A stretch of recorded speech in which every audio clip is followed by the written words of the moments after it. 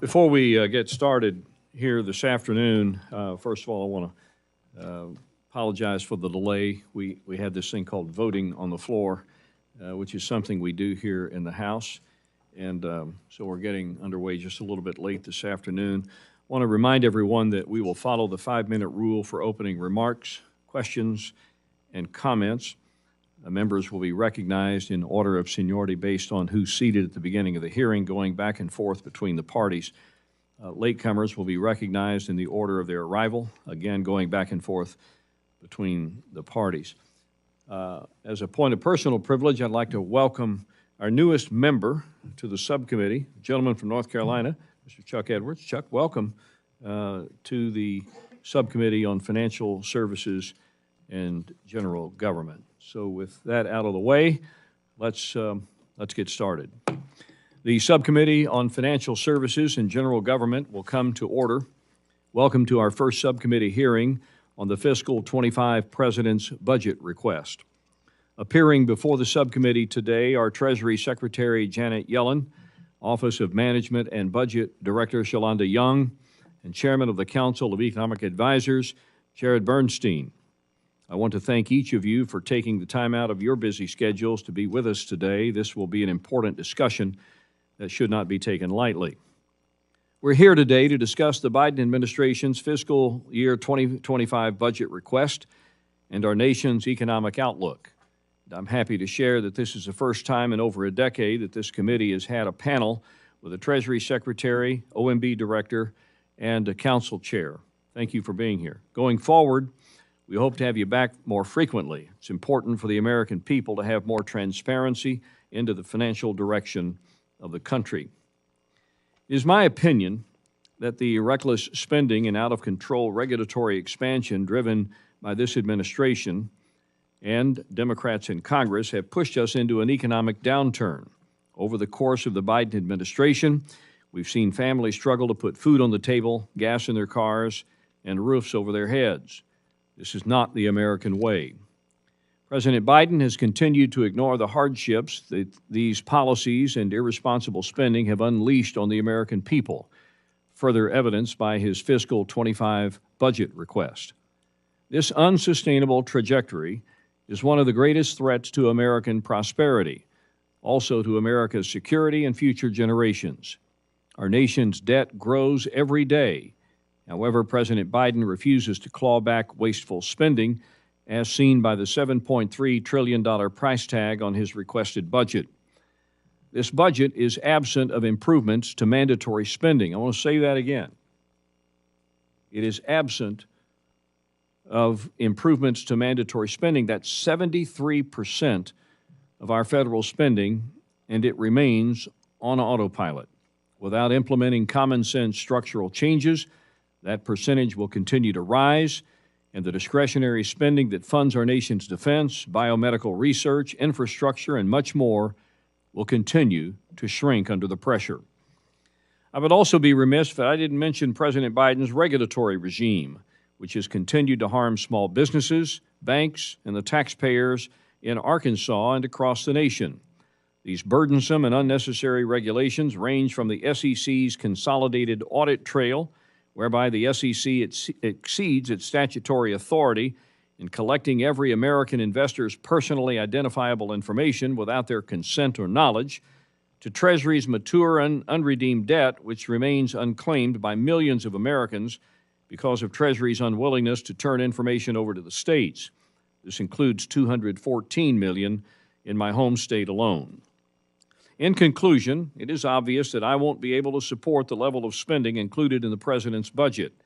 Our members are taking a hard look at the spending request line by line and will determine a level of funding that prioritizes putting our fiscal house in order, consistent with the Fiscal Responsibility Act.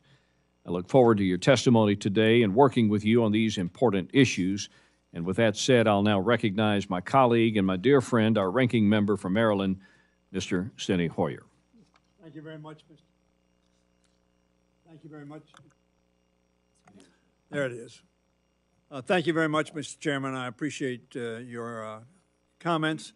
I may not agree with them, but I appreciate them, and I appreciate the way in which we are able to work together, notwithstanding differences, to come to a conclusion on behalf of the country. That this hearing occurs the same week that we finish our fiscal year 2024, we hope, appropriations, some 6 months after the fiscal year started, is a testament to how broken our appropriations process is. I know many of my colleagues on both sides of the aisle, including Chairman Womack, share that view. I'm pleased that we are close to seeing final legislative text on sensible, bipartisan funding deal. It shouldn't have taken this long, however. Had my Republican colleagues honored the deal that 314 members of the House came to last summer, we would have finished these appropriations months ago. We must avoid these same mistakes as we start our work on appropriations in fiscal year 2025. I believe my friend, the chairman, shares my hope that we can pursue that mission in a more collaborative fashion. That includes working with the Biden-Harris administration to ensure that our federal agencies receive the resources they need to enforce the law, build a more resilient economy, and help the American people get ahead. President Biden's budget proposal is a great template for how we can continue investing in America. I must say, Mr. Chairman, as an aside, I'm looking forward with great anticipation to the actions your party proposes with respect to the mandatory spending of which you speak. We'll have some discussions about that, I'm sure. By supporting the policies, including in the Inflation Reduction Act and other historic laws we passed last Congress, the President's budget would help lower Americans' cost. That includes essentials like health care premiums, prescription drugs, energy, insulin, and high-speed internet.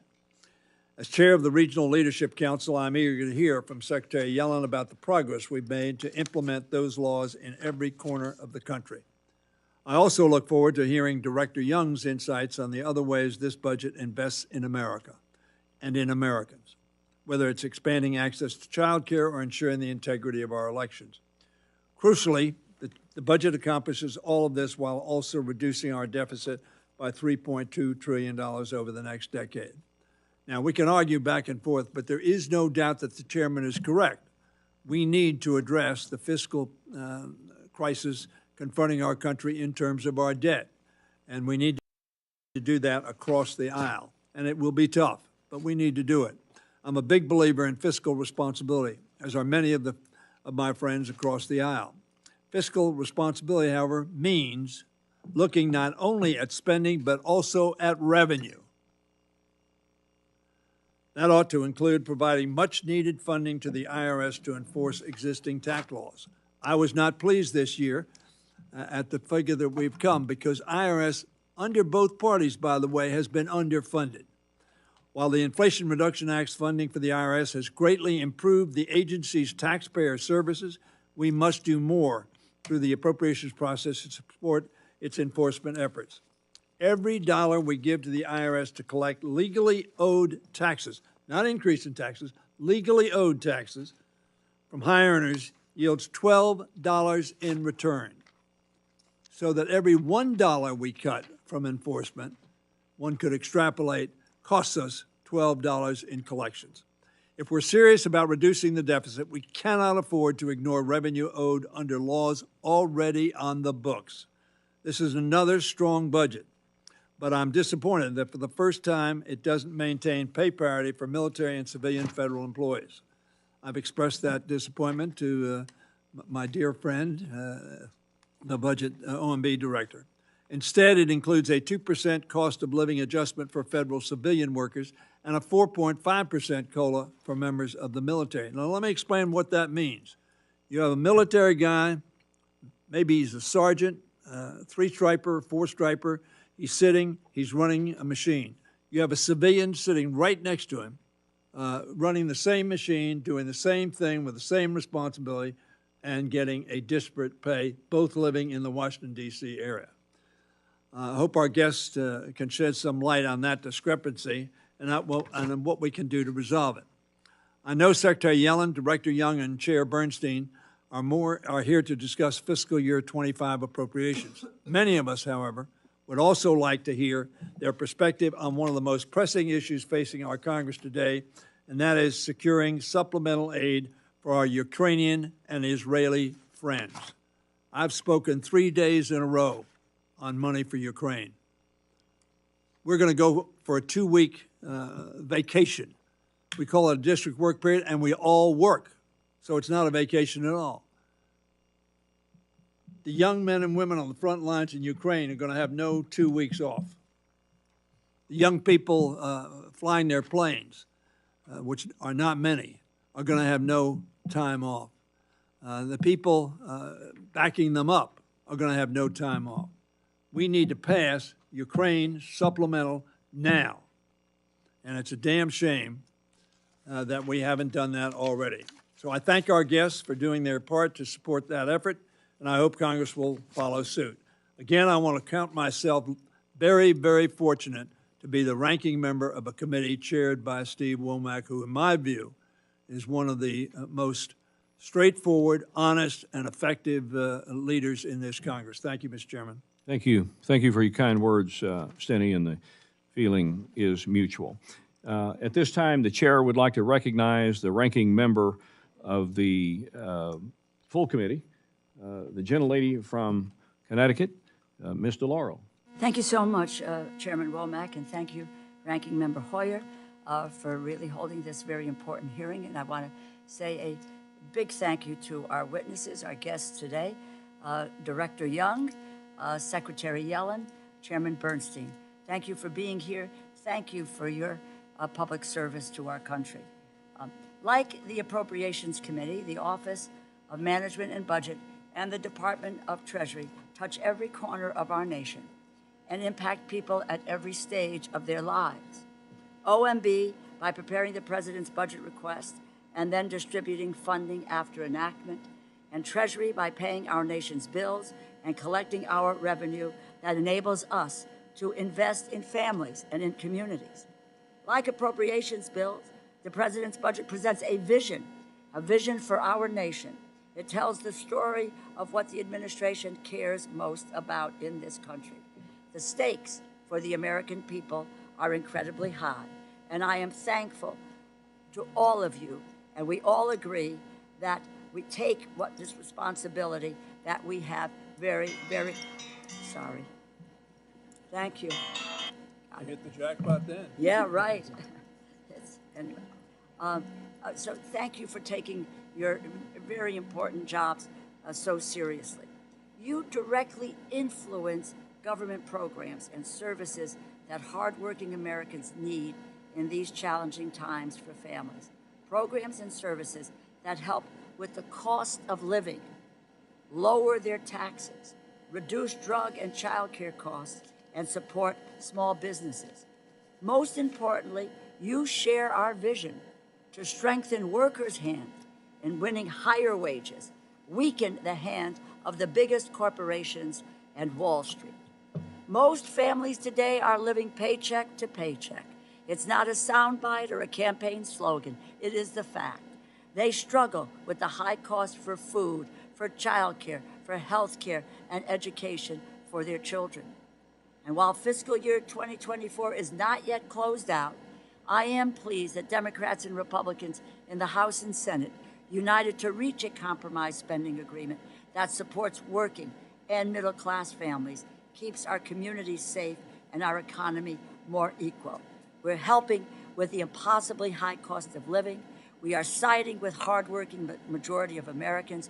We are protecting women's rights. We are reinforcing America's global leadership, and we are helping our communities be safe and secure. To continue this critical work, President Biden's 2025 budget calls for vital increases in investments in the programs and the services that hardworking people, small businesses, and communities in need rely on.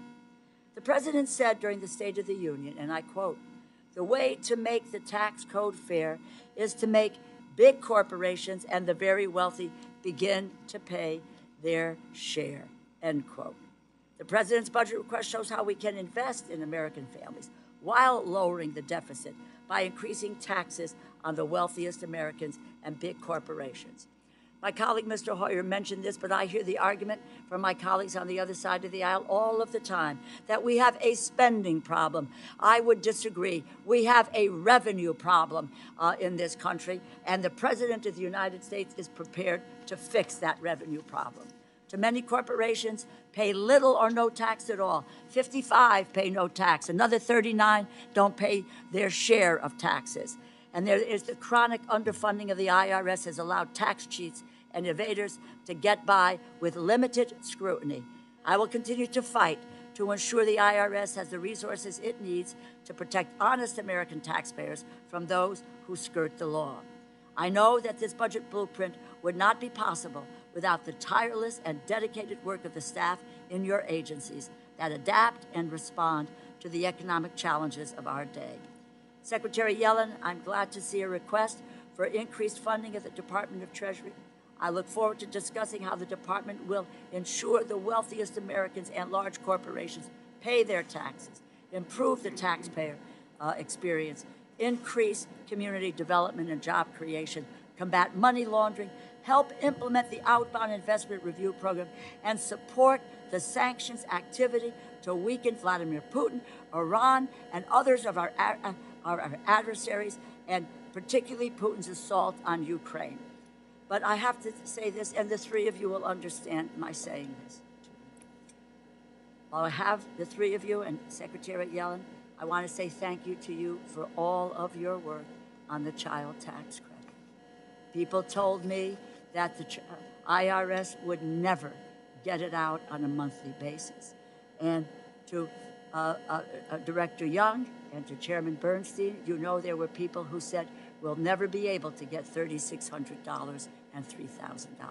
There has never been a federal program that has had such a profound impact in such a short amount of time.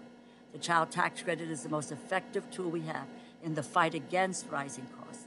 It's the antidote to inflation. It's about financial stability for families. I'm proud of our hard work in securing what was the largest tax cut for working families in generations. And we must continue fighting to make the full expanded credit permanent.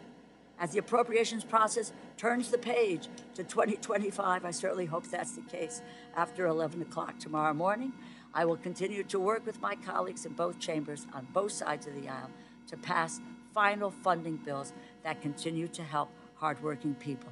Thank you so much to our witnesses for being here today, for the work that you do day in and day out, and for your testimony. With that, I want to say a thank you to Chairman Womack and Ranking Member Hoyer, and I yield. I thank the gentlelady. The written testimony of each of the three witnesses, though you are in three separate zip codes today, have been entered into the record, and we will proceed now with testimony. Madam Secretary, it is an honor to have you in front of this subcommittee today. We welcome you, and we'll turn the floor over to you at this time. Thank you. Thank you, Chairman Womack, Ranking Member Hoyer, Committee Ranking Member DeLauro, and members of the subcommittee. Thank you for the invitation to testify. Over the past 3 years, the Treasury Department has helped drive an historic economic recovery, including through our implementation of the American Rescue Plan. We're now playing a leading role in advancing President Biden's medium and long-term economic agenda, including through our implementation of the Inflation Reduction Act. Today, our economy is growing, the labor market is historically strong, and inflation has declined substantially. Companies have announced $650 billion in clean energy and manufacturing investments since the start of the administration. We've also been focused on taking necessary action beyond our borders to advance our economic priorities and national security, including continuing to respond to Russia's invasion of Ukraine as part of a strong global coalition. Our coalition recently imposed additional Russia-related sanctions.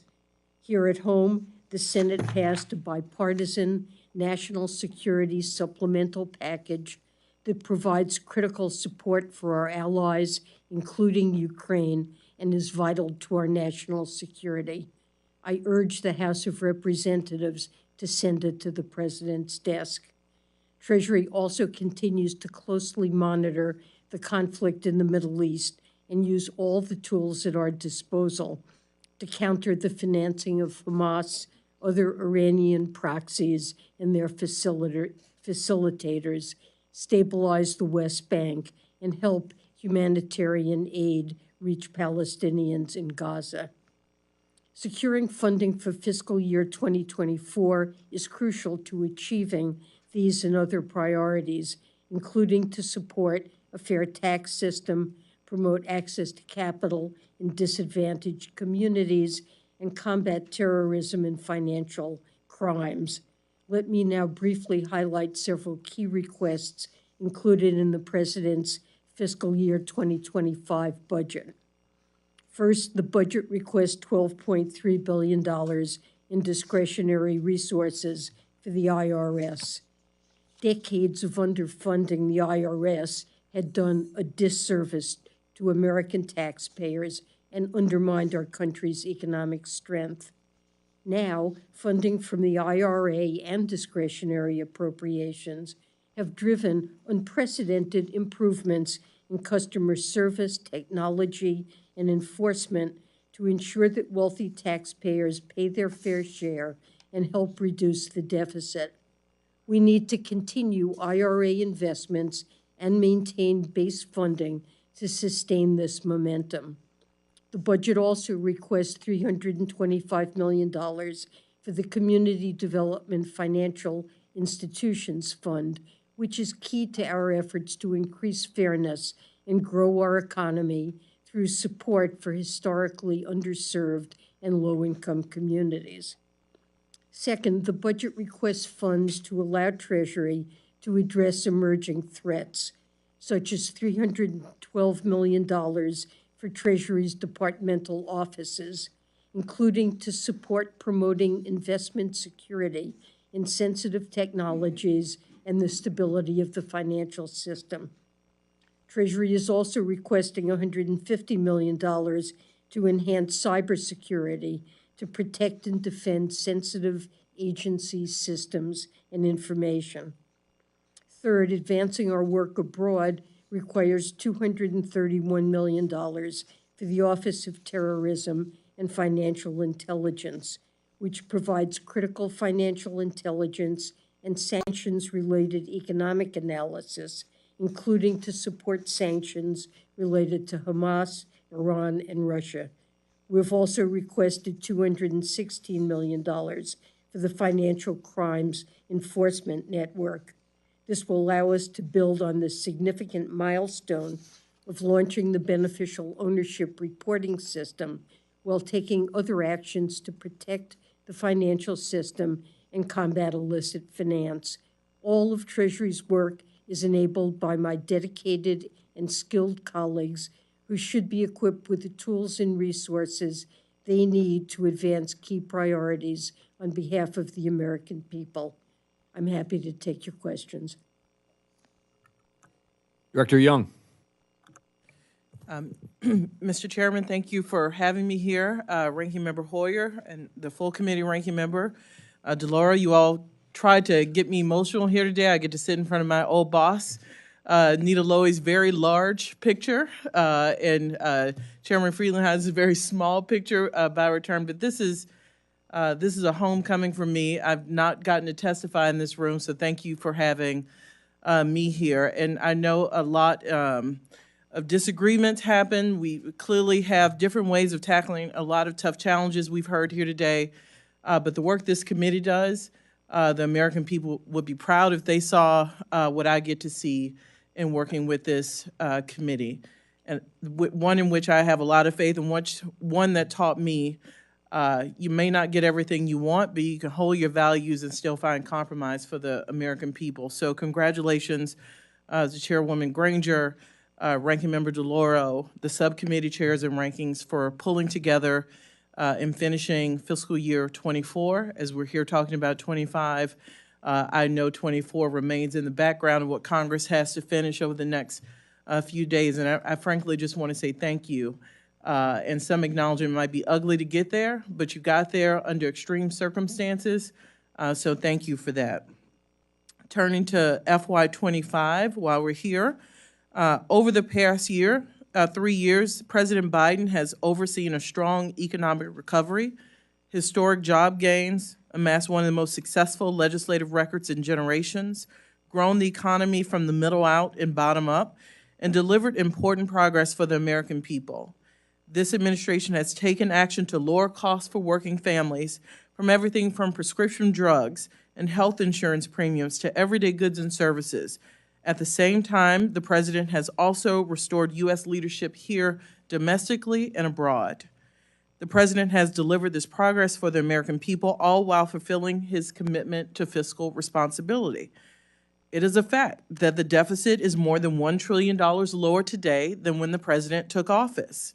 It is also a fact that the president negotiated the Fiscal Responsibility Act and signed into law that act, which saves roughly $1 trillion over the next decade. That is on top of a budget that shows a path to achieving more deficit reduction of roughly $3 trillion. This budget will lower costs for working families, invest in America and the American people. These investments will help working families keep more of their hard-earned paychecks, bolster manufacturing and industry across the nation, make our communities healthier, safer, improve our military readiness to protect Americans at home and abroad, strengthen our economy, and more. The budget protects Medicare and Social Security, rejecting efforts to cut both programs and extending Medicare solvency indefinitely by requiring wealthy people to pay their fair share toward Medicare and reducing prescription drug costs. The budget achieves all of this while building on the president's proven record of fiscal responsibility and honoring the president's promise that no one earning less than $400,000 per year will pay a penny more in new taxes. His budget reduces the deficit by roughly $3 trillion over the next 10 years, on top of also paying for new investments by cracking down on fraud, cutting wasteful spending, and making the wealthy and corporations pay their fair share. The discretionary budgets comply with the Fiscal Responsibility Act, just like the bills before you in fiscal year 24 I know you will take up. A few words on the Office of Management and Budget's 25 budget. And I want to thank the team at OMB for putting together this budget and also helping Congress with a lot of behind-the-scenes work finish FY24. Just like the Appropriations Committee I got to work on for a long time, the OMB staff just really punch above their weight, as they say. And I appreciate the staff very much, our budget team, our management team. This committee has helped rebuild that agency, frankly, the career staff to levels needed to ensure that we oversee the budget and management challenges of the federal government. Your support has enabled OMB to continue to take on significant areas of responsibility, leading the implementation of historic legislation and policy that includes the Bipartisan Infrastructure Law, the PACT Act, the Infrastructure Investment and Jobs Act, CHIPS and Science, Inflation Reduction Act. OMB plays a role in the implementation of all those laws, so thank you. Our 25 requests ask for $138 million, an increase of 8%. The largest part of that is our ITOR, or our Information and Technology Oversight and Reform Fund. The request includes $14.5 million for the Office of the Federal Chief Information Officer and $30 million for our United States Digital Service. Together, OFCIO and USDS ensure efficient, effective, and secure investment of the government-wide $75 billion IT portfolio. We spend $75 billion on IT, and I do it with a smaller and smaller staff to oversee that IT spend. We are losing the fight on managing contractors, frankly. You see the cybersecurity breaches becoming more and more frequent. So just as important as the budget portfolio, the management challenges of the federal government, if we want to stay ahead in how we manage and prevent cybersecurity, and frankly, IT projects that this committee has seen go over, not be served well, we need more assistance in our Office of Chief Information Officers. They work closely with every agency who has a CIO. This is the umbrella organization and they don't get a lot of attention. The budget side does, but they really they really bring a small staff and leverage their knowledge to make sure the federal government gets what it's buying. And frankly, we need more in order to catch up on contractors. The government doesn't always get what they pay for. So with that, Mr. Chairman, I will yield back my time, or I have no time to yield back. Thank you, Director Young. Chair Bernstein. Chairman Womack, Ranking Member Hoyer, members of the subcommittee, thank you for this opportunity to testify on President Biden's 2025 budget, and in my case, the economic context within which we propose this budget plan. I'd like to start by noting that the President's budget, which includes the Biden-Harris administration's 10-year economic forecast, is the culmination of the work of hundreds of smart, dedicated people, both in the executive office of the President and across the agencies, all of whom have put in long hours to produce this document. I offer them all my deep thanks. As noted, the budget must implement the Biden-Harris vision within the existing and expected future economic context. It is that context I'll briefly discuss this afternoon. In his State of the Union speech, the President took us through some remarkable aspects of the current economic expansion, reminding us how far we've come since he took office. The quick passage of the American Rescue Plan got shots in arms and checks in pockets, along the way standing up a highly effective vaccine distribution program where none had previously existed. This accomplishment proved to be essential to reopening our economy and helping families and businesses get to the other side of the crisis. The ARP prevented mass evictions and business losses, supported state budgets, reduced child poverty, and ensured that the job market got quickly back to full employment. Importantly, the U.S. job market did not just quickly get back to full employment, it has stayed there. The unemployment rate has stayed below 4% for 25 months, over 2 years. You'd have to go back more than 50 years to see a comparable stretch of such low joblessness. The average black unemployment rate last year was the lowest annual rate on record. Labor force participation for prime-age women, 25 to 54-year-olds, is also near its historic high with data back to the late 1940s. As CEA shows in our newly released economic report of the President, this persistently tight labor market has delivered strong inflation-adjusted wage gains that have grown faster for low and middle than for higher wage workers. A key reason for these real wage gains is that consumer inflation has come down by almost 2/3 off of its peak, from 9.1% to 3.2%. That is, we've maintained historically tight labor markets while achieving significant disinflation. Many economists told us this couldn't be done, that to get this much disinflation, we'd need to give up many points of unemployment and growth. President Biden never believed that we could only achieve lower inflation on the backs of working Americans, and he was right to hold that line. Virtually every forecast we've seen, including our own, has inflation continuing to ease throughout the rest of this year and next year. The economic forecast in the budget results from joint work by the three agencies represented before you here today. Our forecasting team faces a unique challenge in that we must finalize our forecast well before we release it, in this case in early November 2023. This can sometimes render our near-term predictions stale relative to more up-to-date market forecasts. However, the new forecast looks good in this regard, as our near-term optimism about transitioning to steady, stable growth was broadly warranted. On a Q4 basis, we expected real GDP to grow 2.6% last year, when the actual growth rate was 3.1%, meaning the expansion was even stronger than we expected. This is above-trend growth, which means it is helping to generate the ongoing strength of job creation, along with real wage and income gains. On inflation, things also turned out a bit better than we expected. We thought that the CPI would be up 3.4% last year, but it actually came in at 3.2%, down sharply from north of 7% in 2022. On 2023 unemployment and interest rates, we came in very close to the actual results. Over the longer term, our forecast is largely unchanged from earlier budgets, with terminal growth and unemployment rates of 2.2% and 3.8% respectively.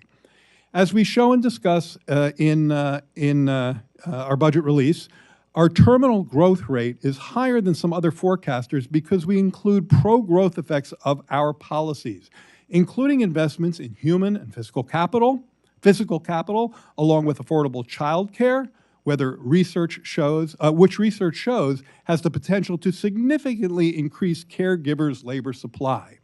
With that, I look forward to your questions and yield back my 12 seconds. Thank you, Mr. Chairman.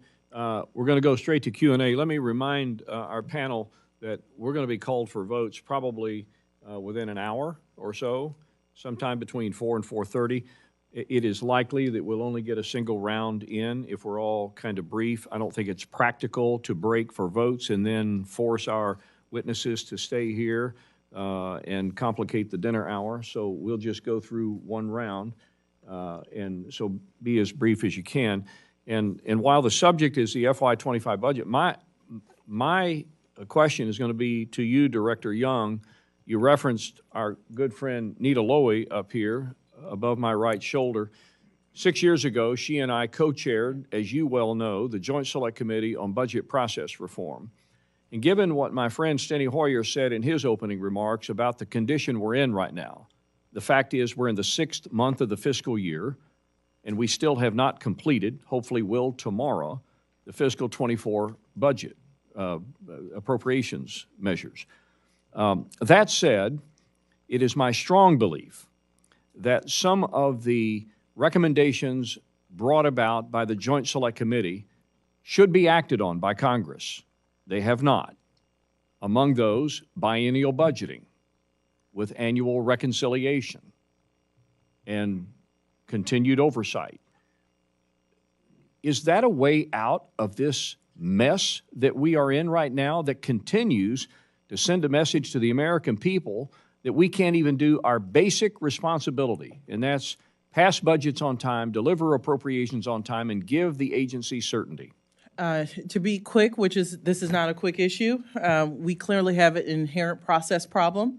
Process, in my view, makes good results. This budget's 30 days late. The last budget's 6 months late. We need to figure out a way to get out of that do loop.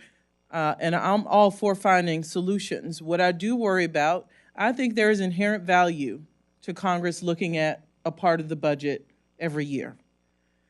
We've all heard a lot of complaints about not looking at programs that are entitlement and mandatory. Well, we still get a shot. It is ugly. We got to find a way to make it easier. But I would hate to lose the one process where everybody is forced. I mean forced. And it's so ugly if you're not forced to do it, you wouldn't do it, in my view. And you're talking to the old staff director here. I would hate to see anything get in the way of that annual process. But I do think, Mr. Chairman, as you pointed out, there are ways to get that process on time. Sitting in this seat now, I will tell you, managing a federal government in 3-month and 2-month and 2-week intervals is no way to do business, and none of you would choose to do it that way, and it is clearly inefficient. We have a complex world, Department of Defense, and we can't tell them what's going to happen Saturday or Sunday. There's something wrong with that. So I'm with you. I'm happy to sit down and look for solutions. We lovingly call that committee the JASBAPper. I do think there are some pieces in there we should look for. I know fiscal year changes ideas. You're right, we got to do something, but I also have a intense belief that there is something about this annual process and having both parties do the hard work where you literally still sit down across from each other and fight about each of these line items. There's something really special about that, and it doesn't happen many other places in government anymore. Thank you. Mr. Hoyer.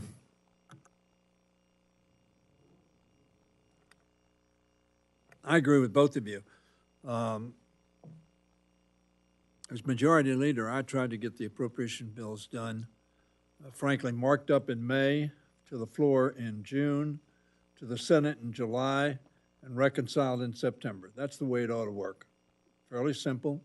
We're all adults. We're bright. We're able people. We ought to be able to do that. But frankly, everybody thinks if they keep waiting, they'll get their way. And the Senate doesn't like to consider appropriation bills because it takes them too long. And that's a very simplistic way to look at it, but as somebody who has tried for 20 years as a leader in this House to get the appropriations process to run on time in a rational way, and the question I would ask Director Young and Secretary Yellen, we ought to determine how much it cost us in lost time and productivity to do the process that we have done this last 16, 17 months. You don't have that now, but I would suggest that we get that number because that's the cost. The real cost is more than that because of the lack of confidence that people have that this government can run in an efficient and effective manner. Both parties are to blame. This is not a party problem. It is a human problem of delay and dissemble, which is pretty harsh, but I think that's what it is. Now, let me ask a question. $650 billion of investment. When was the last time we had $650 billion of additional investment, which I think was motivated by the infrastructure bill, by the science and CHIPS bill, and the IRA? When was the last time we had $650 billion in 1 year of additional private sector investment?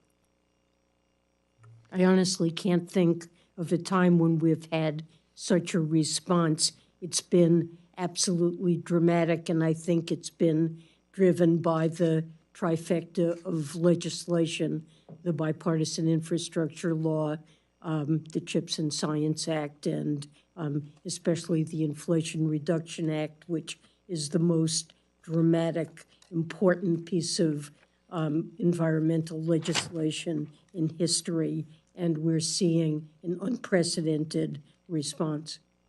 Thank you, Madam Secretary. I would tell all the members of this committee, in 2010, I came up with an agenda that I called Make It in America.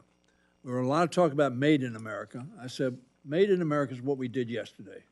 Make It in America is what we do today and what we're going to do tomorrow. I think the most Make It in America Congress in which I have served since 1981 was the 117th Congress. And I think the results, not only in terms of investment, but the results in terms of jobs and economic growth that we have seen. I heard the chairman's comments, but I frankly think that an honest analysis of what has happened over the last 36 months, from the pandemic on, we made extraordinary investments, we spent a lot of money, and we have to deal with that because we spent a lot of money, we incurred a lot of debt. But it has made an extraordinary difference in the lives of America and indeed the rest of the world. So that's not a question, it is an observation, but I think important to make.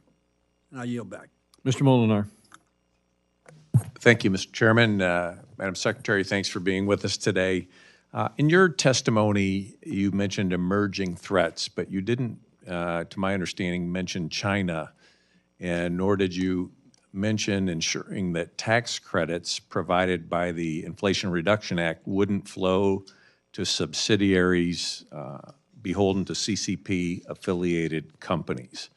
I'm particularly concerned that some tax credits, like the 45X production credit, are essentially refundable, meaning the Treasury will be sending a check to the subsidiaries of Chinese companies for the value of those tax credits. Secretary Yellen, do you believe that tax dollars of hardworking Americans should be given to CCP-affiliated companies or their U.S. subsidiaries? In the interest of time, just yes or no would be helpful. Well, really, it is our job at Treasury to implement the law that has been passed by Congress, and we're doing our best to do that. The 45X production credit, advanced production credit, is intended to onshore important energy supply chains, and it can only go when there is significant production of the components indicated in the legislation has to occur in the United States. But the legislation does not preclude Chinese companies. Okay. In the case of the Clean Vehicle Credit 30D, there is a foreign entity of concern restriction that comes into effect this year and next. You can't qualify for that credit if there are minerals, extraction or processing or battery components that are from a foreign country of concern like China. But for the advanced manufacturing credit, that isn't true.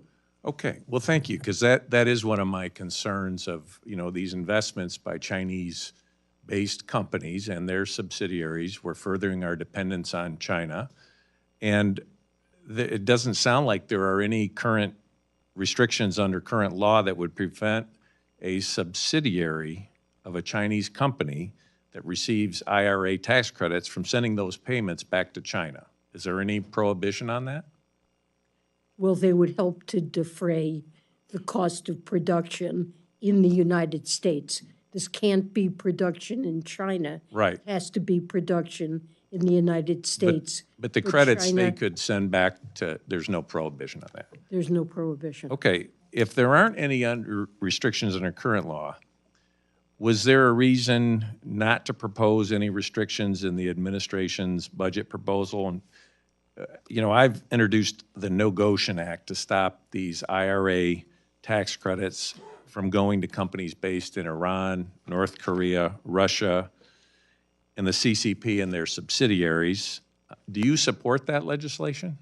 Well, I don't want to, we haven't discussed that, and I don't want to I would need to study that and get back to you with I do think the legislation intended to shore up U.S. supply chains, to reduce our dependence on countries like China in areas like clean energy. That is an important reason for it, and I would think about it with that goal in mind. Okay. Well, under Chinese law, a U.S. company that wants to send income back to the U.S. must obtain pre-approval for that transfer from Chinese tax authorities. Do you support incorporating similar pre-approval requirements or any other restrictions on Chinese firms sending IRA tax credit dollars back to China? Well, I'm not going to take a position on that. Our general stance when it comes to foreign investment in the United States is we want to make sure that there are no national security concerns. We have a CFIUS process when it involves not greenfield investment, but buying out an American company or merging with it.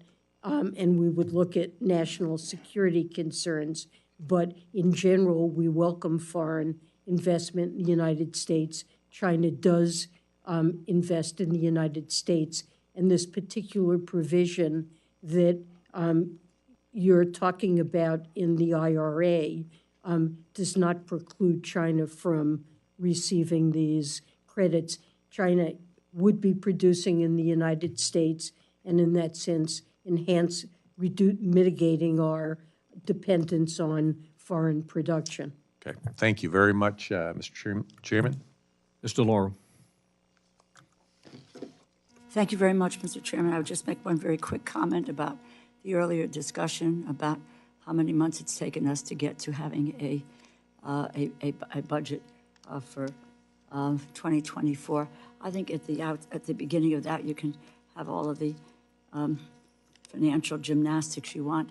At the base of this is political will to get it done and understanding what needs to get done and what our responsibility is here in view of the American public, rather than adhering to ideologies that may satisfy one's soul but do nothing to help the American people. With that, Director Young, I want to ask you a question. This has to do with the WIC contingency fund, which is in the 2025 budget. This would allow an increase in WIC funding if the Secretary finds in any quarter that the program has exceeded statutorily specified participation and or food cost levels. Cost about $34 million, as I understand it. First, understand that I'm for the $7.7 billion for the program. This is not a substitute. It's an insurance policy. Just let me know. I know you work closely with USDA. Just quickly through the process of how we came to develop this solution. Is it a good solution? Well, remember, the WIC estimates change constantly. It depends on uptake, it depends on economic conditions. So this contingency fund is an acknowledgement that those estimates change on a regular basis in ensuring that we have a insurance policy, a backup plan, if you say, if the 7.7 billion turns out, my guess is by the time you pass this, that number's probably going to change. We want to ensure that we have full funding of WIC. We believe our 7.7 billion does that, but this contingency fund idea makes sure that the ebbs and flows of participation, that we have every tool to make sure we have enough money for full participation. And just to note that there was a $1 billion shortfall. If that hadn't been met in the 24 budget, which we're hoping passing tomorrow, that in fact we would have seen millions of people waitlisted for that program. You know, about 2.2 million women, infants, and children jettisoned from a program that is life-saving. So thank you there. I just want to mention, this is the Council of Economic Advisors, a report on November 20th, the anti-poverty income-boosting impacts of the enhanced child tax credit. A highlight, it says, between 2021 2022, median post-tax real income among households with at least one child 17 or younger fell by $4,256, due in part to the reduction in the child tax credit. The household's median post-tax income would have been $2,600 higher in 2022 had they received the credit. 61% of the drop in median post-tax household income for families with children can be explained by this policy change. Don't have to tell you about what happened with the tax credit. You're all very, very familiar with that. But I would just say about Treasury, IRS accurately set 98% of monthly child tax credit payments, and that's commendable, I'd say. And additionally, the expanded child tax credit returns $8 for every dollar spent. Anybody who wants to answer, or maybe all of you very quickly, what would restoring that expanded child tax credit mean to families, in addition to lifting families out of poverty? What are the broader economic benefits of the child tax credit? Eric? Thank you, Congresswoman. As you well know, and your fingerprints were very much on this development, the expansion of the child tax credit that the President signed into law helped to drive child poverty to a record low of 5.2%. Never in this country have we had such low child poverty, and scholars of poverty, child poverty will tell us how important that is, not just for year one, but for the rest of that child's life. When the CTC expired, that child poverty rate snapped back up. And the conclusion is that the level of the child poverty rate is very much a policy choice.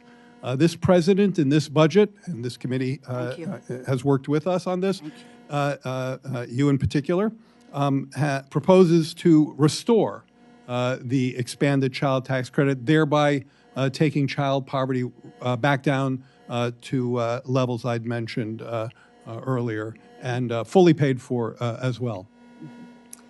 Thank you. With my 6 seconds, I will just say that the proposal that is in the United States Senate at the moment, I find to be lopsided in terms of what we provide to the richest corporations in the country versus what we do for children in our nation. Once again, it would be in keeping with what the president wants to do in looking at corporations rather than giving them the benefit of billions or millions in tax cuts, is that we work to invest in our families, in our children. Thank you so much. I yield back. Thank you, Ms. DeLauro. I apologize for the distraction. It sounds to me, as an old broadcaster, it sounds to me like we got some RF interference in our sound system. So if you do your best to disregard that, there may be some kind of a transmitting device causing that. I'm not. We'll try to isolate that. Ms. Henson. Thank you, Mr. Chairman. One of my top priorities in Congress is, of course, to advocate for the taxpayers in Iowa, the working families that we are all here to serve, and ensure that their tax dollars are being used responsibly to support Iowans' priorities. But unfortunately, we've seen a lot of improper payments continue to be a source of waste for federal taxpayer dollars. Actually, according to the report from Government Accountability Office, the federal government issued more than $236 billion in improper payments in fiscal year 2023. For context, that's more than the entire budget of the U.S. Army annually. And since 2021, the federal government has reported a staggering $764 billion in improper payments. So, Director Young, I know you're over there, but I just have a quick question for you.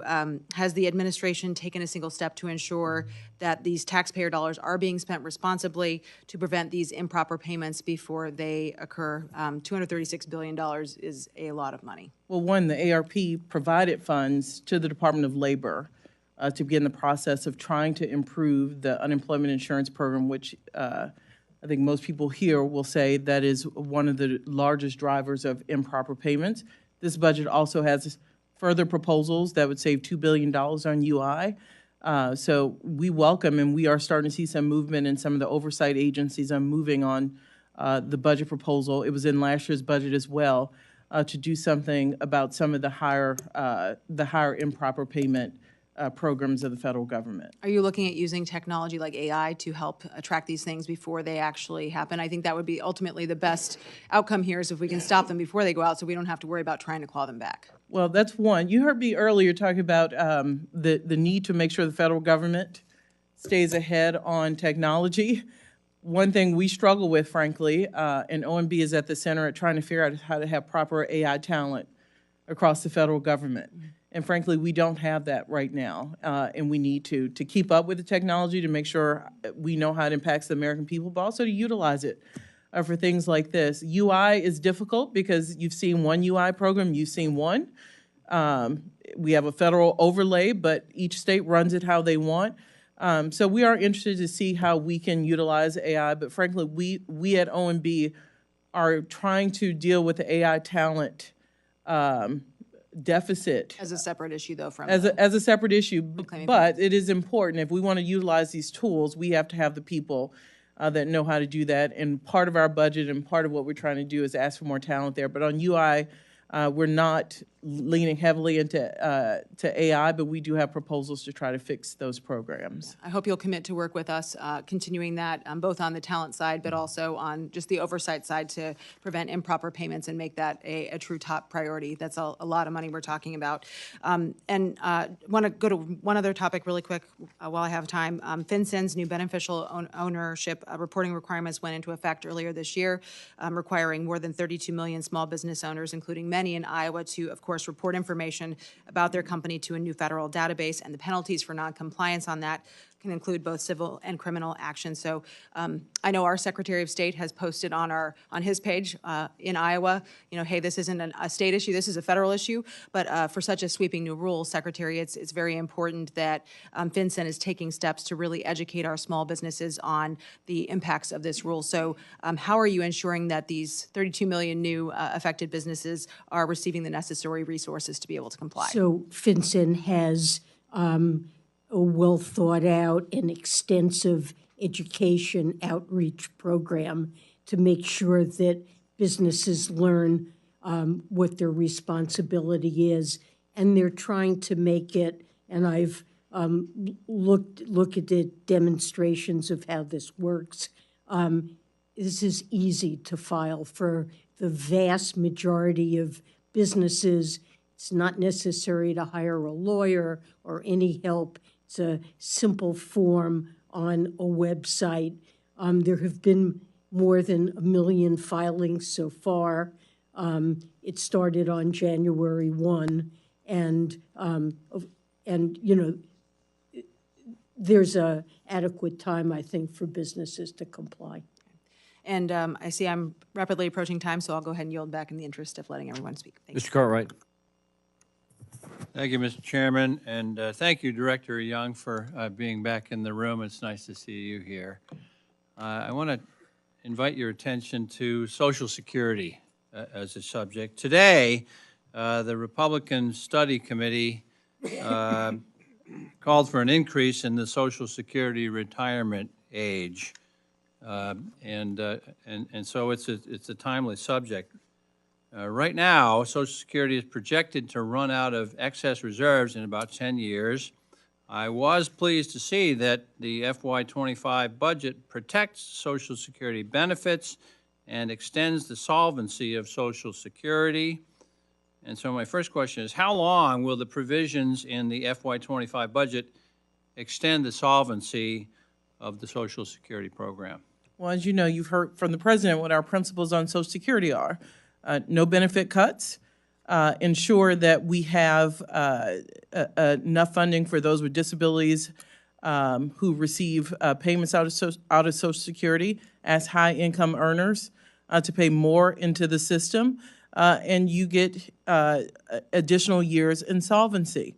We also point out something in direct control of this committee, which is Social Security Administration, who has been underfunded, and as beneficiaries go up and there are more people to serve, we are seeing a decline in resources at a time when Social Security Administration needs more. That is why this president's asking for a 9% increase to fund the Social Security Administration.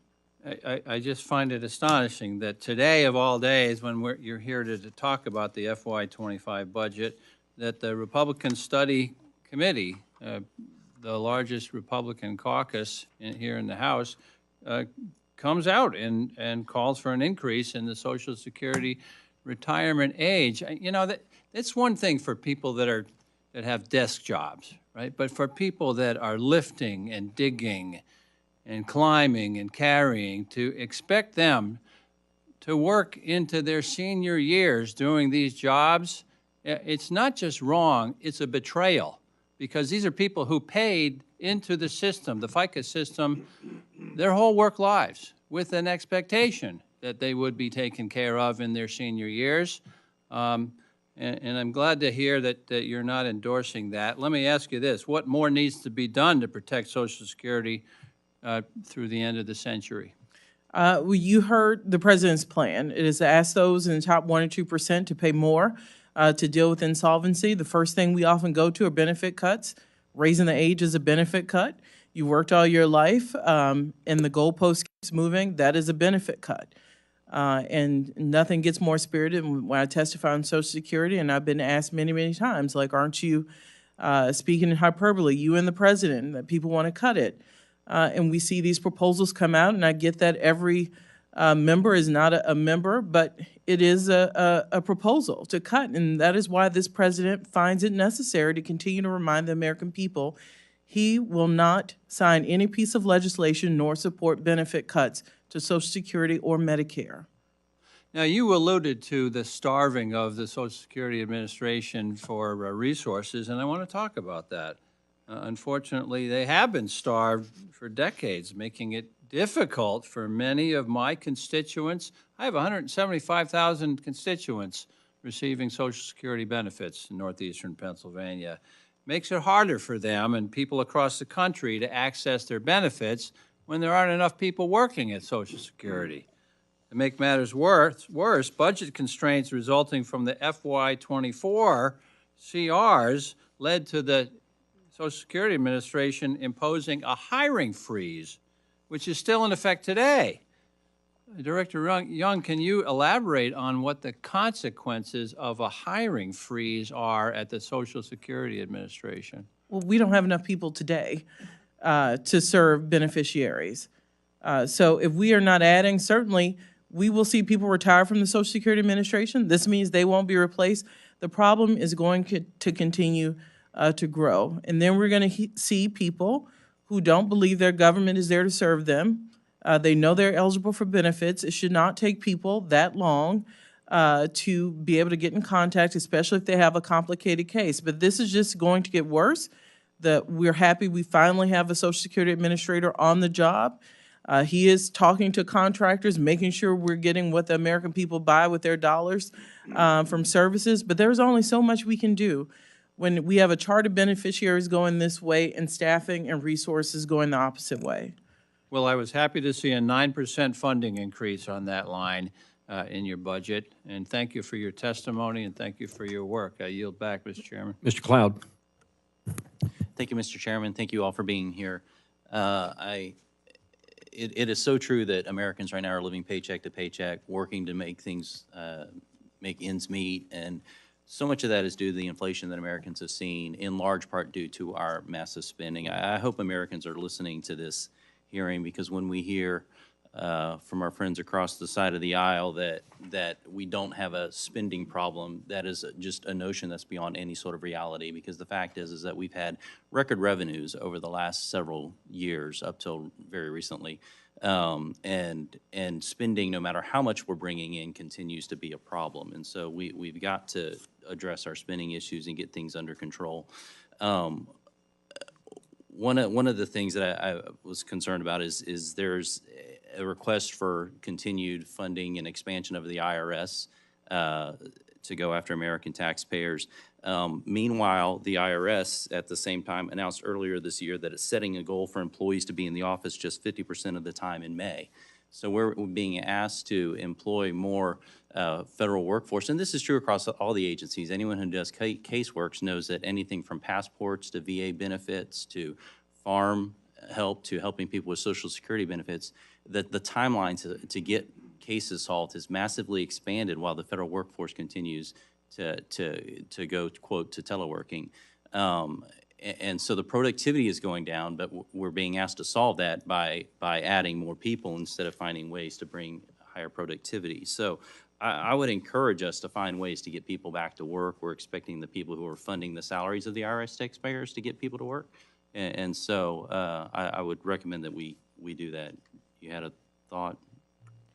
Well, you know, we're making sure that IRS, as well as all bureaus and Treasury departmental offices, meet the standards that have been set for the federal government, which is at least 50% time for everyone in the office. And many employees have to be there absolutely every day. And this applies absolutely to IRS employees in many parts of the IRS. To the veterans that I'm working to try to get cases solved for them, 50% isn't enough to show up at work. Well, and literally speaking, one of the facilities was a literal work warehouse where the VA records are stored and have not been digitized. We funded them, I think it was to the tune of $60 million to digitize those records. They didn't do it because of COVID protocols. We tried to put in non-teleworking. You cannot telework when you have to literally walk through the aisles and look through file cabinets. And we couldn't even get teleprovisions passed by our friends on the left who opposed that provision. We've got to get people back to work so that we can solve these problems for the American people. I wanted to talk to you about a little bigger of an issue, and that is the strength of the U.S. dollar. You know, it's essentially important to the safety and security, freedom of the world, to have America have a strong influence. We've seen challenges against the U.S. dollar, a lot of it connected to our spending. I mean, as you know, we used to have a gold dollar, now we have a petrodollar that was based on, you know, an agreement really with Saudi Arabia to trade oil and gas using the American dollar. Very recently we've seen, and there's conflicting reports, but at a minimum, Saudi Arabia is considering joining BRICS, which has been built for the fundamental purpose of challenging the U.S. dollar.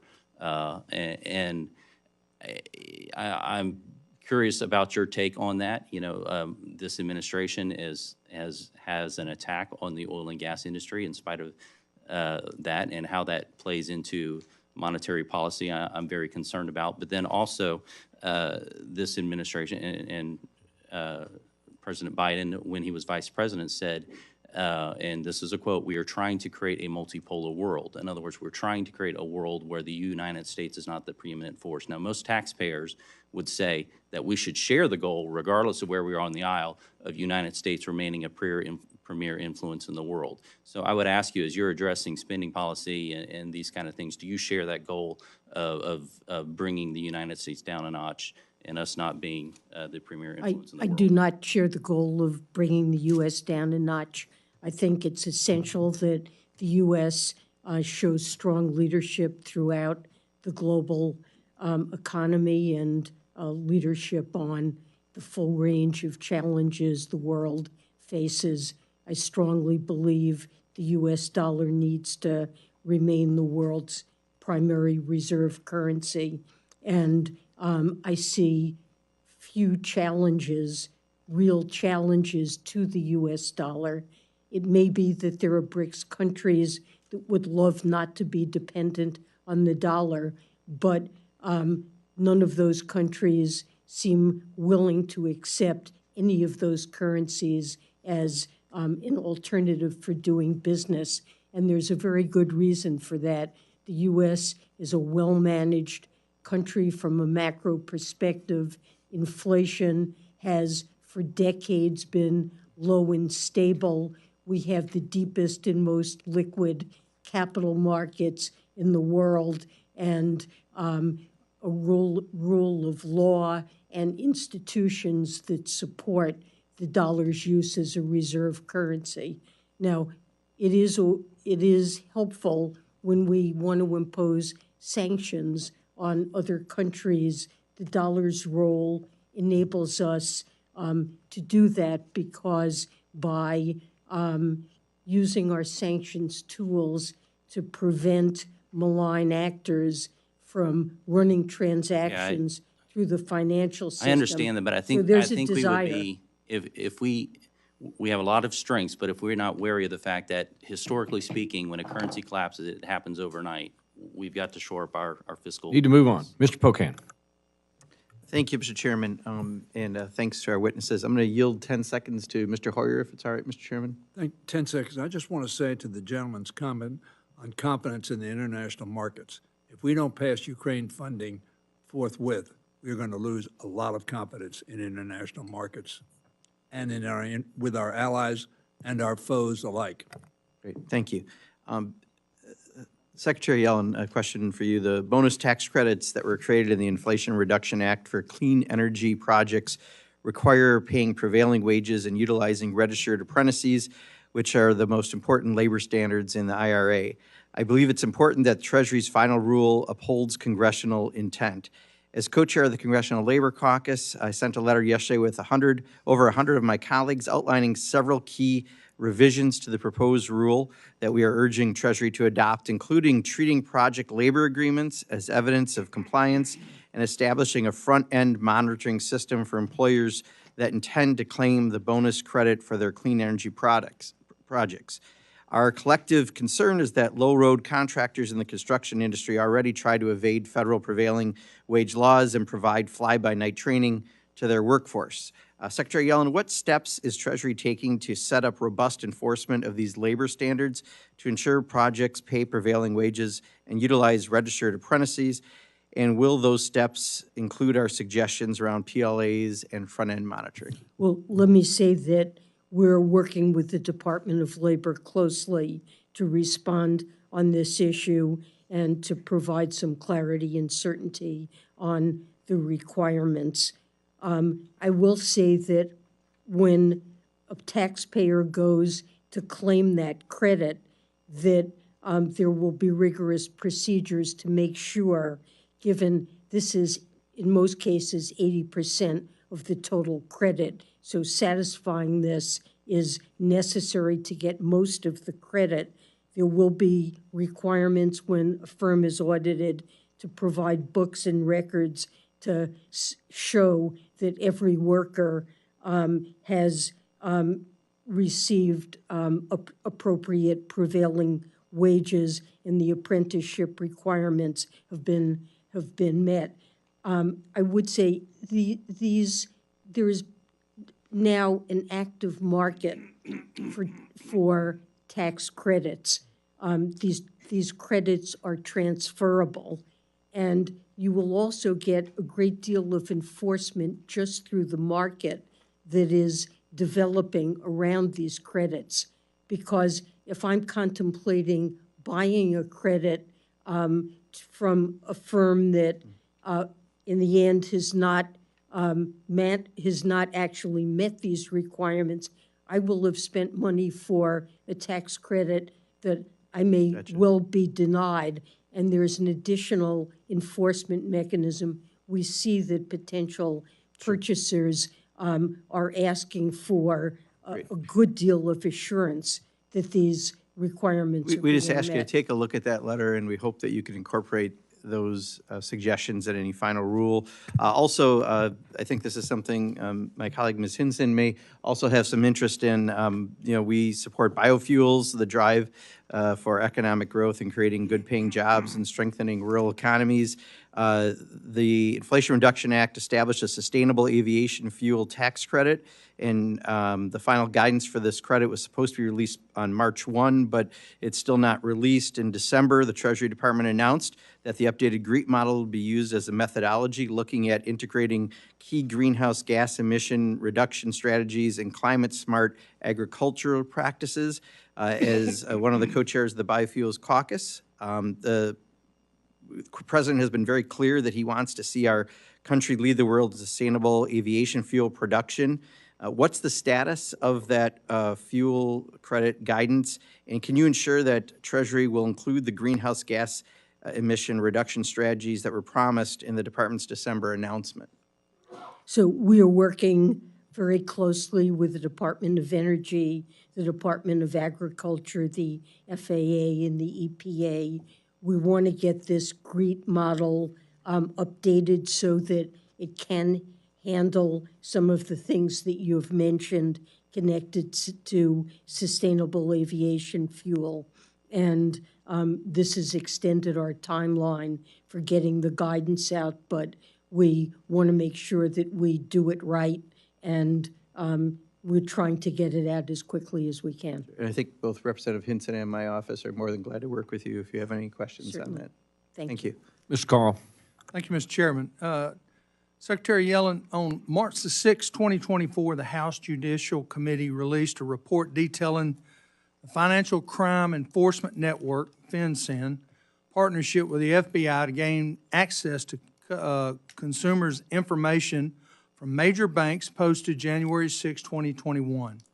As a way of tracking and targeting individuals, it assumes could be domestic terrorists based on certain financial transactions they made, such as Dick's Sporting Goods or mobile payments that use keywords like MAGA. Are you familiar with this report? I am familiar with the issue that you're just. What actions are you taking to ensure that this FinCEN is not targeting conservative Americans for their constitutional rights or political beliefs? Okay, so I'd like to put this in perspective if I could. Very quickly, if you would, because I got a Yes, second question. this is activity that took place before I reached Treasury. Well, what are you doing today? The previous administration, and it ended in February of 2021. In the aftermath of the attack on the Capitol, there was an attempt by law enforcement to identify perpetrators of the attack. FinCEN had been authorized by Congress to work with financial institutions in a process called FinCEN exchanges to help them identify. They are required to file suspicious activities reports. Yes, ma'am, I get that. And they I'm- wanted to get reports. I'm asking you, what would are you shed light doing on this. today to prevent that from happening again? This is a practice that has ended, and the So you're doing work nothing that to was follow done- up on it? There was no requirement for any bank to do anything. Banks met with some people from FinCEN to discuss how to But this search- report that came out on March the 6th, you've not followed up on anything from it to see if there's something there that you need to do? We are following up to make sure that there are no abuses. Okay. But it is our obligation to work with financial institutions to help them, help the government identify suspicious and illegal transactions. Well, I can appreciate that, but innocent Americans, we don't need to be doing that on. And I understand where you're going with that.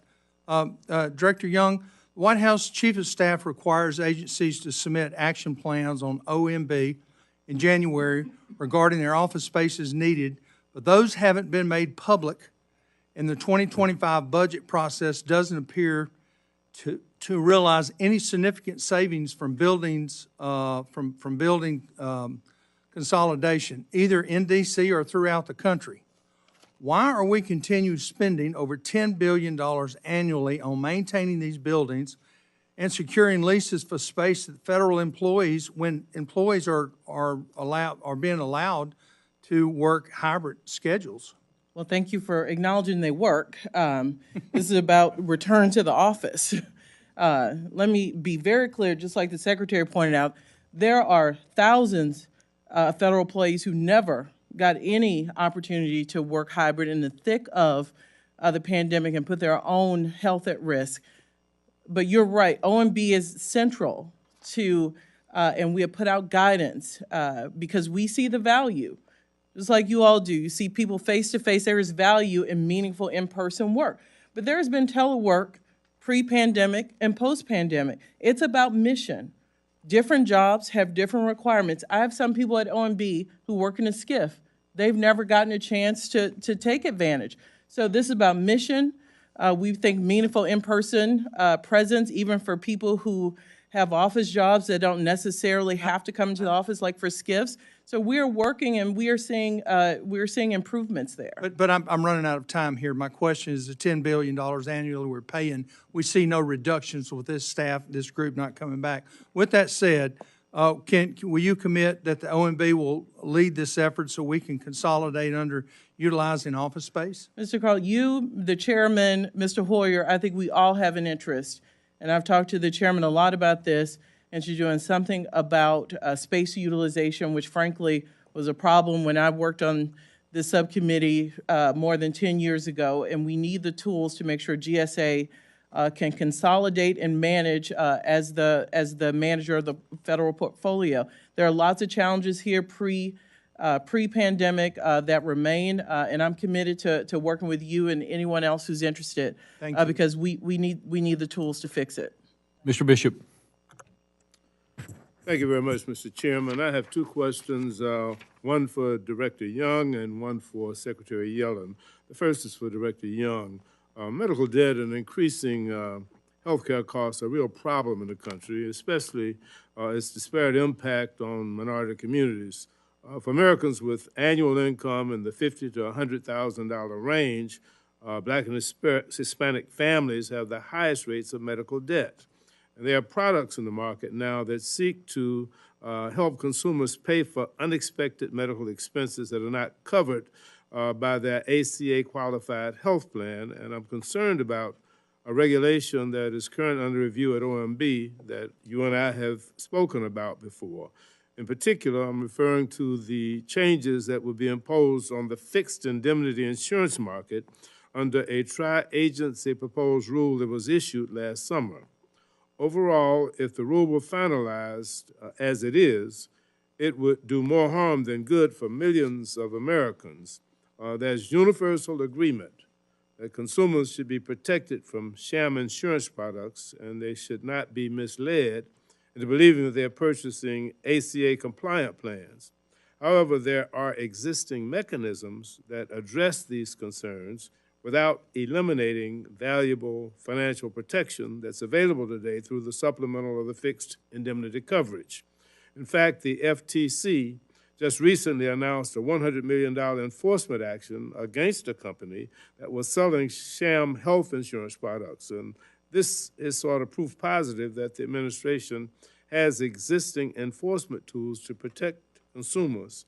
In fact, the FTC is just one of the many tools available. And I know that you can't comment substantively on a rule that's under review at OMB, but can you tell me whether the administration did an impact analysis, and specifically one for historically marginalized communities, on what their alternatives are to pay for expenses the underlying major medical coverage does not? Mr. Bishop, I believe people interested in this are going through public comment now. You're right, I can't comment once it's in review. And your comments and those concerned, I know, have been recorded in the comment purposes. In order to even get to OMB and to OIRA, which is the regulatory office at OMB, a rule has to be seen or have analysis that shows it has a large, a certain dollar amount economic impact. So every rule has to have that sort of analysis that you were speaking about. That's how we know whether or not it has to come in for review. And we believe that process upholds the integrity of the process. It allows large rules to get the comments from the public and other agencies to make sure that we're catching all the issues you pointed out, I'm sure have come through the comment process. Thank you. Secretary Yellen, according to IRS in 2021, the government collected only 86% of the total taxes that it was legally owed, leaving about $625 billion uncollected. Between 2001 and 2021, the tax gap has consistently ranged between 13 and 16% total owed taxes. Why is the tax gap so persistent, and how does your budget seek to address the tax gap and to keep IRS funded at a sustainable level, which enforces the laws that are already on the books? And where does the tax gap tend to come from? Are there certain kinds of taxes, or certain categories of taxpayers that contribute more to the tax gap than others? And tell me if it's true that 10% of the earners are responsible for 2/3 of the unpaid taxes. In the Inflation Reduction Act, we included $80 billion in additional funding to IRS to narrow the tax gap, but also to improve customer service. Some of my colleagues want to repeal that funding, but the CBO tells us that it saves more than it costs. How much additional revenue can be gained for every dollar that's invested in IRS? Well, prior to the Inflation Reduction Act, the IRS was literally starved for resources, and the auditing rates on complex partnerships, corporations, and high-income tax filers dropped to exceptionally low levels. And the funding provided by the IRA is intended and is beginning to really change that and help us address the tax gap. There are various estimates of the rate of return on this spending, but a simple one is that for every dollar spent, $7 in tax revenue is generated. So there's, and some estimates are higher than that. Where does it come from? Well, individuals who have simple tax returns, who get almost all of their income through W-2s, that income is reported to the IRS, and when the IRS has reporting, the fraction that is reported on tax returns comes close to 100%. So there is no tax gap relating to W-2 income at all. But when income isn't reported, an example would be rents and royalties. It's estimated that, so the IRS has no independent information. It relies on the honesty of taxpayers and audits. The reporting rate has dropped to something like 55%. So really, at the end of the day, it's complex partnerships, it's high income and net worth individuals who are, and the lack of auditing and resources at the IRS. They're beginning to use tools like artificial intelligence to identify taxpayers who are more likely to be deficient in their tax filings.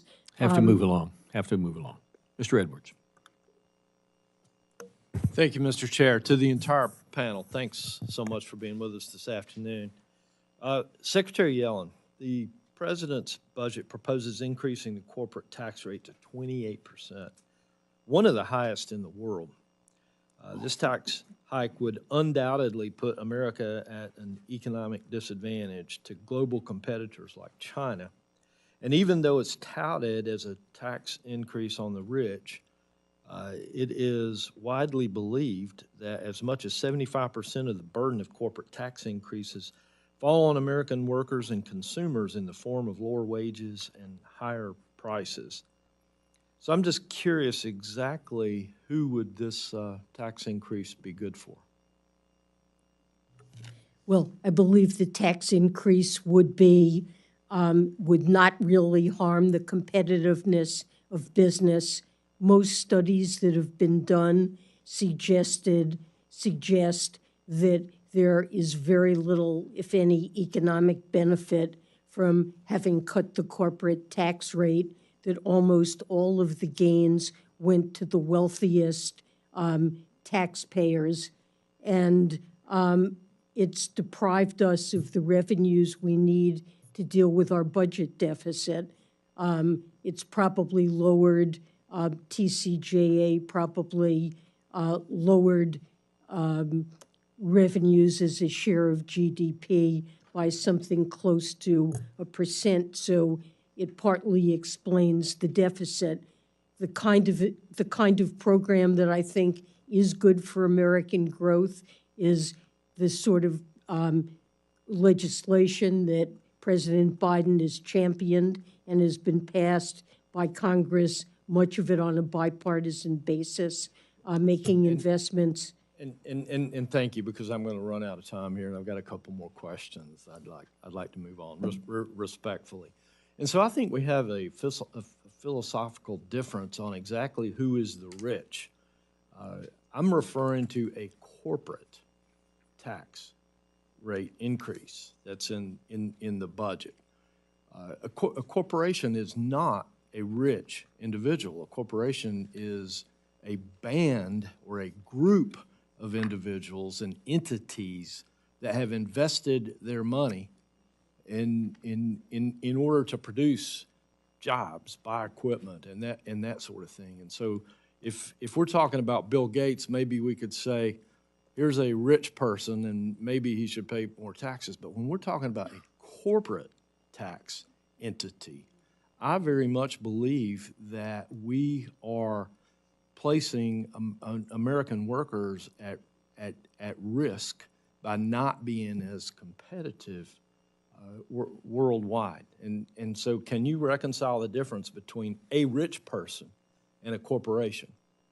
Well, it depends what the corporate ownership is, but stock holdings are concentrated among relatively wealthy people and disproportionately among foreigners rather than Americans. Yeah, so when we use the proceeds... And again, respectfully, because I'm going to run out of time. If we had more time, I'd love to hear the whole answer there. And so, again, respectfully, I would disagree with that statement because we're not all rich. A lot of people put a few $100s in the stock market and own a few corporations. And it seems to me like an additional tax, would be very counterproductive. Well, I think you have to remember that with the revenue that we get from those taxes, we're able to do things like propose a larger child tax credit, which really goes to families and disadvantaged, and do other things that are immensely helpful to working Americans. Again, it's a philosophical difference. We're not going to shake out here. Mr. Chair, I'm not going to have time for another question, so I'll yield. Thank you, Mr. Edwards. Ms. Ming. Miss Ming is my twin from New York. It's okay. I'm so sorry. Director Young, I want to take this opportunity to also acknowledge and join my colleague on the other side of the aisle in saying that I really appreciate how much federal workers work, how hard they work, especially the people that work for you, and your effort in helping me address this longstanding issue with 911 dispatchers. I don't necessarily have a question for you. I just want to acknowledge how much work you have done in helping to educate yourself and your staff on the plight of these primarily female workers that have not been recognized for the work that they do. So thank you so much for that. Secretary Yellen, I have two very different issues that I want to work with you on, and one of them deals with fire insurance, specifically for California. The other issue is related to the work that I do internationally. I want to also take a moment to thank you and the Treasury Department employees for your pivotal work on sanctions around the world. As you're aware, I'm deeply concerned about the future of democracy and the rule of law in the Northern Triangle, particularly how it impacts our southern border region. During an attempted coup last year, corrupt actors sought to stop the peaceful transfer of power of the president of Guatemala. The Treasury Department's sanctions on corrupt actors played a vital role in our commitment to supporting the people in that country and not propping up corrupt actors and wannabe dictators. Sanctions are key to fighting MS-13, the Mexican mafia, and other criminal networks that stretch into many of our backyards. And that's not even going into, other countries, Venezuela, Iran, Russia, and many other places. Can you share with us a little bit more about what your fiscal year 25 budget request and the emergency supplemental funding would accomplish for our national security? And what more can we do to help you staff up the positions that you need in order to further the work that our State Department is doing? Thanks. Well, we take our sanctions responsibility very seriously. We have a large number, can't remember the exact number, but more than 40 sanctions programs. And over the last several years, the amount of time and effort we've put into sanctions has really skyrocketed, partly because we're now so focused on Hamas and trying to cut off flows of resources to Hamas, and also because of the Russian situation with respect to Ukraine. So these are areas of special emphasis that we've worked globally with partners, and I won't go into the full range of Yes, and I will programs, have an additional question that I would send your way regarding Hamas's work in Latin America. So if I can move over to the issue of insurance, Yes. specifically for California. There is no help to alleviate the crisis. My constituents have seen their fire insurance balloon from $1,800 to almost $6,000 per year. This is not sustainable. Non-renewals of home and fire insurance policies climbed from 11% in 2018 to 13% in 2021. Most of the top insurance in the state have either stopped writing or restricted new policies. How can the federal insurance office work with states like California, Florida, and other states to help find solutions to the cost of insurance? We're very concerned about this for exactly the reasons you've given. The Federal Insurance Office has now agreed to collaborate with the National Association of Insurance Commissioners to undertake a very detailed collection effort to understand exactly what is happening to the availability and cost of insurance against environmental hazards across the country. Almost all of the states are participating in this. And when we have that information, we'll try to come up with some recommendations. But I would point out this is an area where states have traditionally taken the lead, and we're going to have to figure out what we can do working together and with the states to try to address We're going to have to push them what's to do becoming more for the a real consumers. crisis. Thank you, and I yield back. Thank you, Norma. I am so sorry. I should have been paying better attention. Won't happen again, ma'am. It's on me. Mr. Joyce, bring us home. Well, thank you, and thank you all for being here today. Secretary Yellen, I want to discuss with you an issue that I've been working on for a number of years. 5 years ago, I brought up the same issue with your predecessor, Secretary Mnuchin, during the same budget hearing.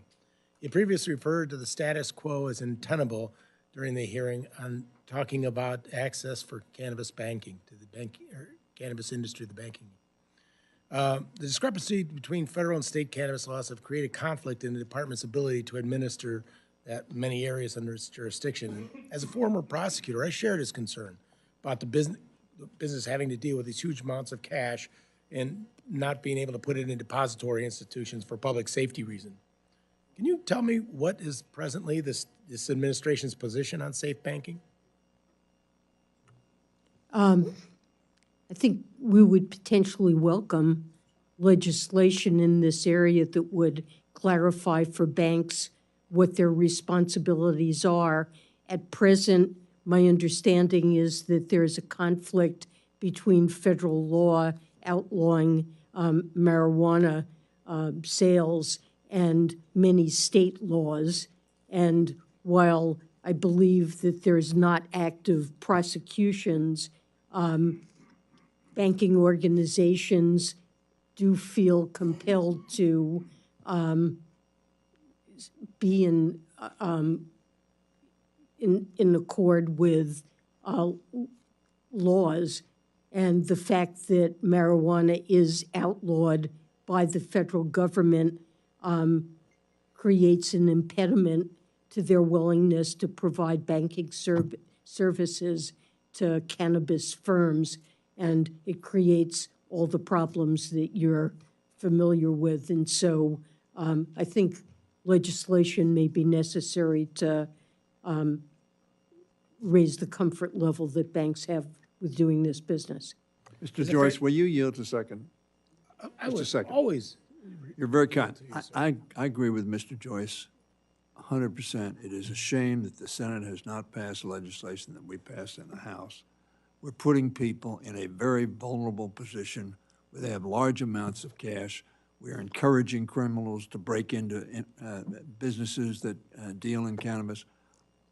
I am neither a user nor a suggester of using, but the fact of the matter is every state that's voted on it has made it legal, every state. And I appreciate your work, and whatever I can do to help you, I'm there. Thank you very much, sir.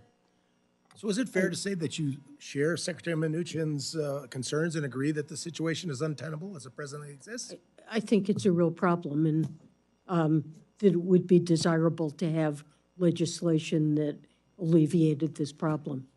Thank you very much. It would be remiss if I did not address Director Young and say I really liked you more when you were on our team. I'm still on your team.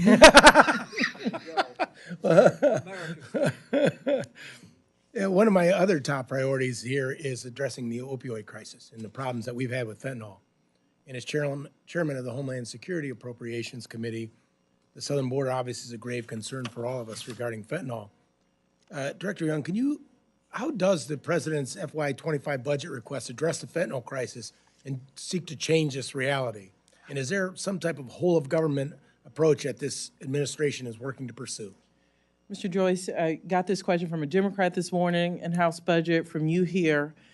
It's one of the places that gets lost in rhetoric of the year on border. When I was here, this is one of the places where there's agreement, and I hope we can find a way to enact the parts of the president's supplemental, certainly that do deal with fentanyl. And this budget repeats those asks, $1.2 billion for DHS to stop fentanyl from entering the country. You know the NIA equipment, everyone says it works.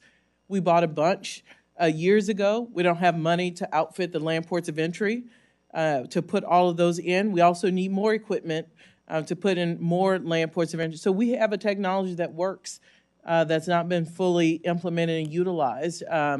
And we'd love to work with anybody to help get that done. With all due respect, something that killed this many kids in our country, and not just kids, adults as well, we should declare war on. I yield back. Thank you. Great hearing. To our panelists, thank you so much. Madam Secretary, always an honor to have you here. Director Young, same to you. Chairman Bernstein, thanks again for your work as well and for being here today. I want to remind members, if you have questions to submit for the record, please do so within 7 days. In closing, again, let me thank everyone for being here and we look forward to working with all of you as we continue the FY25 FSGG appropriations process. With that, this hearing stands adjourned.